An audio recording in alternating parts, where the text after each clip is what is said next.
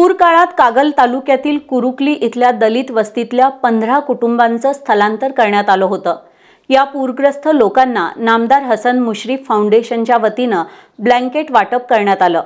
यावेळी कागल तालुका राष्ट्रवादी काँग्रेस पार्टीचे अध्यक्ष विकासराव पाटील, कुरकुलीचे माजी सरपंच BR पाटील, अप्पासाहेब बेलवलेकर, अरुण पाटील, सुनील कांबळे, वसंत पाटील, महेश पाटील, सुनील बेलवलेकर, गुलाब तिराळे, प्रकाश दाभोळे, बाळासो धोंडीराम पाटील, पोलीस पाटील सतीश तिराळे, अमित कांबळे यांसह ग्रामस्थ उपस्थित होते।